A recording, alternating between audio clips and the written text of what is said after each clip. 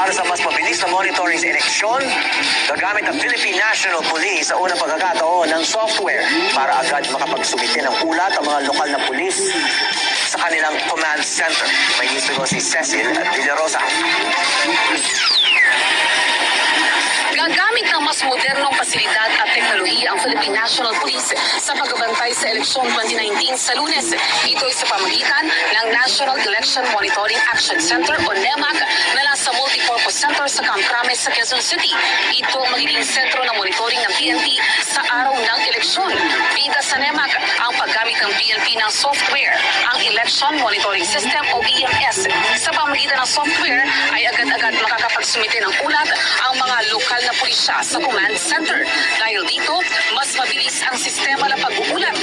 Real time ito. Malaman natin kung anong oras nag-start yung polling doon or botohan doon sa polling center na yon, at malaman natin kung anong oras tumigil, at malaman din natin kung tapos na ba ang bilangan doon sa polling center na yan, at malaman din natin kung yung nag-close na yan at dineliver na back to the treasurer's office yung mga ballots at saka yung mga ballot boxes.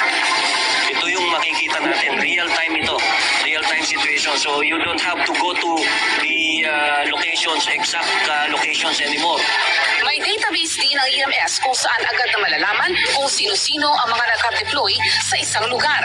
Dahil dito, magiging mabilis din ang sistema ng koordinasyon. Ang NEMAC ay pangasiwaan ng 60 pulis sa pangunguna ni Brigadier General Florenzo Ortilla na pinuno ng PNP National Operations Center.